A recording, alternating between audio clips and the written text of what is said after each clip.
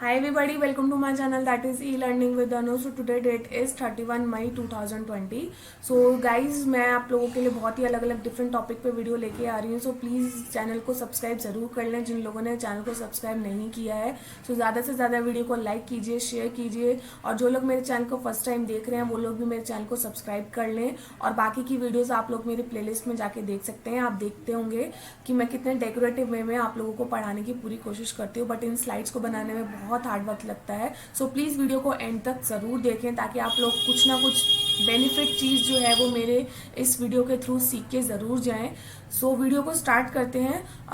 Paper pen लेके ज़रूर बैठें और मुझे कमेंट बॉक्स में अपना स्कोर ज़रूर बताएं. सो टुडे आपका थॉट देख लेते हैं क्या है. What's the point of being alive if you don't at least try to do something remarkable. Means जिंदा रहने का फ़ायदा क्या है अगर आप कुछ ऐसा नहीं करते कम से कम की जो चीज़ रिमार्केबल हो सके, जो याद की जा सके. सो स्टार्ट करते हैं video. So today first question is malathion is effective against. So malathion is effective against by whom? So first is COVID-19, B African swine fever, C locusts या फिर D yellow rust. So your 10 second starts now. ऐसे word जो होते हैं वो काफ़ी ज़्यादा important होते हैं, अलग होते हैं और आप चाहे कितना भी करंट अफेयर एक साथ पढ़ लो. कई लोग होते हैं जो करंट अफेयर वगैरह जो भी आप लोगों के होते हैं वो लोग बहुत ज़्यादा लास्ट में जाके पढ़ते हैं. तो वो चीज़ बहुत ज़्यादा गलत है. ऐसे में आप लोगों को आधे से भी कम चीज़ परसेंटेज जो है वो आप लोगों को याद रहती है. जब एग्जाम में जाते हो उससे और ज़्यादा आप लोगों को वो चीज़ें और कंफ्यूज कर जाती हैं जो चीज़ें आपको याद होती हैं. सो ये जो डेली बेसिस में आप लोगों के लिए करंट अफेयर लेके आते हो को डेली बेसिस पे सॉल्व करते रहना चाहिए ताकि आप लोगों को डेली की प्रैक्टिस हो सके. और आप लोग कितना भी करंट अफेयर वगैरह पढ़ लो लेकिन एग्जाम में ऐसे कुछ ना कुछ वर्ड्स अलग आ ही जाते हैं जो आप लोग सोचते हो कि मैंने इतना 1 साल का करंट अफेयर पढ़ा, 2 साल का करंट अफेयर पढ़ा, बट मैंने तो ऐसा कोई वर्ड देखा ही नहीं. सो ये आप लोगों को इसलिए लगता है क्योंकि आप लोग जो है वो एक ही बार पढ़ लेते हो सारा करंट अफेयर, कुछ महीनों पहले ही पढ़ लेते हो. सो वो चीज़ बहुत ज़्यादा गलत है. आप लोगों को ये करंट अफेयर की जो हैबिट है वो आप लोगों को पूरा ईयर रखनी चाहिए ताकि आप लोगों को पता चलता रहे कि आपके क्या आपके आसपास क्या हो रहा है, वर्ल्ड में क्या हो रहा है, इंडिया में क्या हो रहा है. सो ऐसे ऐसे वर्ड्स आप डेली वर्ड पे, जैसे मैं आप लोगों को कोई ना कोई अपनी स्लाइड में ऐसे वर्ड्स वगैरह लेके ही आती हूँ जो बहुत ज़्यादा अलग होता है. सो इसलिए बोलती हूँ कि वीडियो को एंड तक ज़रूर देखें क्योंकि कुछ ना कुछ आप लोगों को इस चैनल पे सीखने को ज़रूर मिलता है. सो आपको इसका आंसर बताना है कि ये किससे इफेक्टिव है. सो देख लेते हैं आंसर. सो आंसर सी जो है वो हमारा करेक्ट है. So malathion is an organophosphate insecticide. So ये एक ब्लैंक में भी आ सकता है. So malathion is an dash insecticide. So आप लोगों को ऑप्शंस दे सकते हैं. सो फर्स्ट ऑप्शन आपको जो करेक्ट होगा वो क्या होगा, organophosphate which is effective against locusts. So I hope आप लोगों को ये क्वेश्चन समझ में आया होगा. क्वेश्चन ऐसे छोटे ज़रूर होते हैं लेकिन बहुत ज़्यादा कंफ्यूजिंग होते हैं. सो ऐसे क्वेश्चंस को ज़रूर सॉल्व करें और जो भी आप लोगों को डेली बेसिस पे आप करंट अफेयर करते हो कोई भी अलग वर्ड दिखे करंटली तो प्लीज़, और जो भी न्यूज़ में हो करंटली तो उन लोग उस वर्ड को, उस करंट अफेयर को अलग से आप लोग अपने नोट्स बनाएं ताकि आप लोग जब प्रैक्टिस करो, जब आप लोग रिवाइज करो सो आप लोग वो वाले वर्ड्स को रिवाइज कर सको. So move on to second question. Consider the following statement about the neutralizing antibody. So neutralizing antibody से related आप लोगों को दो statement provide की गई. So you have to tell the correct statement for this question. So first statement is it inhibits the biological effect of an infectious agent. Second, it is produced naturally as a part of the immune system in response to inhibit the effect of receptors on the foreign invaders. So neutralizing antibody से related आप लोगों को मैं एक tip दे देती हूँ ऐसे questions के लिए. जो ये वर्ड्स होते हैं जो हम लोगों ने काफ़ी थोड़ा बहुत सुने होते हैं, सो इनकी जो स्टेटमेंट वगैरह होते हैं, कई बार स्टेटमेंट वगैरह हमें पढ़ने पे सही लगती है और वो most of the time correct भी होती है. सो ऐसे क्वेश्चंस को थोड़ा करना ईजी हो जाता है. सो ऑप्शंस देख लेते हैं क्या क्या है. ए ओनली मतलब one only, B two only, C both one and two या फिर D neither one not two. Your 10 second starts now. Pause कर करके ज़रूर क्वेश्चंस को सॉल्व कीजिए क्योंकि यहाँ पे अगर गलत भी निकलेगा आपका क्वेश्चन तो आप लोगों को सीखने को ही मिलेगा.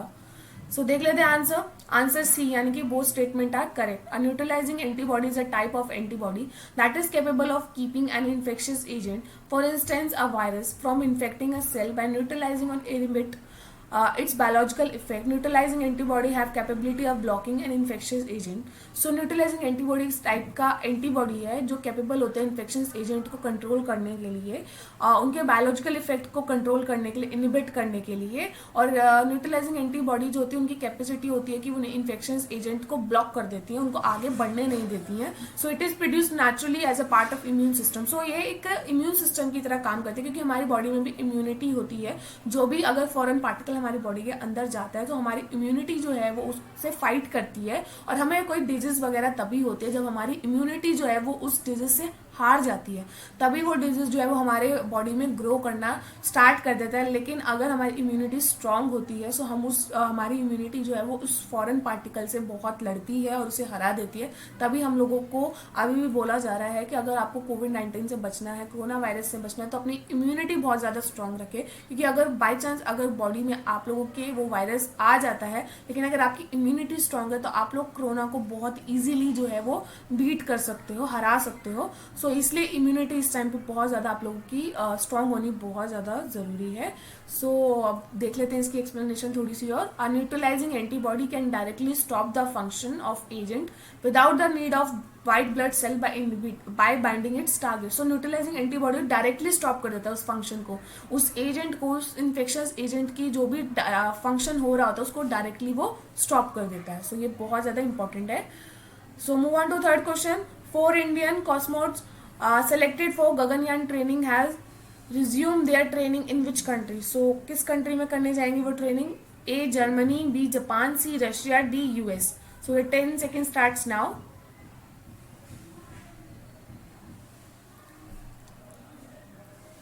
So देख लेते हैं आंसर क्या है. Answer C Russia. 4 Indian cosmonauts who have been selected for India's first manned space mission Gaganyaan have resume their training in Russia. So Russia में वो ट्रेनिंग करेंगे.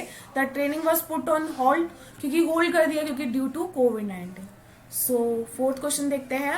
When was World Hunger Day observe? World Hunger Day observe कब किया जाता है? ए May 28, B May 27, C May 26 या फिर D May 25. सो ऐसे डे से रिलेटेड मैं आप लोगों के लिए वीडियो प्रिपेयर कर रही हूँ.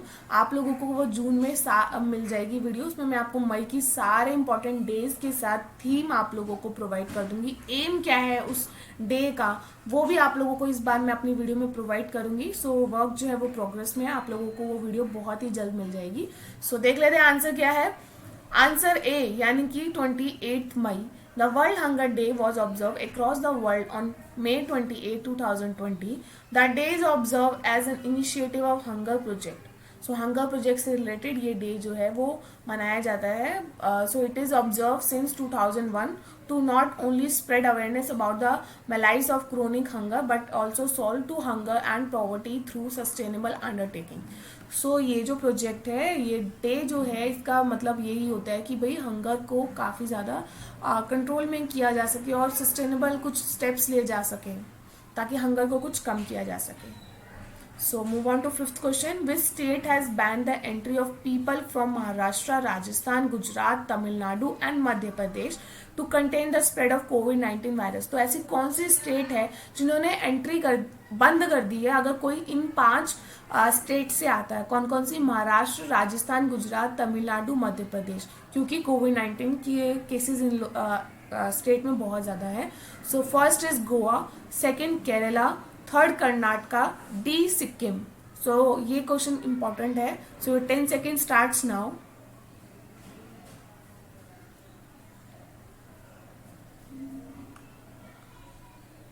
सो देख लेते हैं answer. Answer C Karnataka. Karnataka has banned the entry of people coming from 5 states. तो कर्नाटका गवर्नमेंट ने एंट्री बंद कर दिया अगर कोई लोग वहाँ से आता है. कहाँ, कौन सी स्टेट से? महाराष्ट्र, राजस्थान, गुजरात, तमिलनाडु, मध्य प्रदेश, क्योंकि उससे कोविड-19 वायरस जो है वो ना फैल सके. The decision was taken by state cabinet on May 28, 2020. The state government said that no train or flight from any of these states will allowed to enter or land in the state. So कोई भी train और कोई भी flight भी allow नहीं की जाएगी अगर कोई पर्सन इस स्टेट से इनके स्टेट में आता है तो. So that's all for today. Thank you for watching my lovely video. Please guys ज़्यादा से ज़्यादा लाइक कीजिए, शेयर कीजिए और लोगों को भी रिकमेंड करें कि वो भी मेरे चैनल को, इन वीडियोस को ज़रूर देखें और अपना स्कोर ज़रूर बताएं। सो मिलते हैं नेक्स्ट वीडियो में बहुत ही जल्द। Till then bye bye, have a good day, अपना बहुत ख्याल रखिए। सो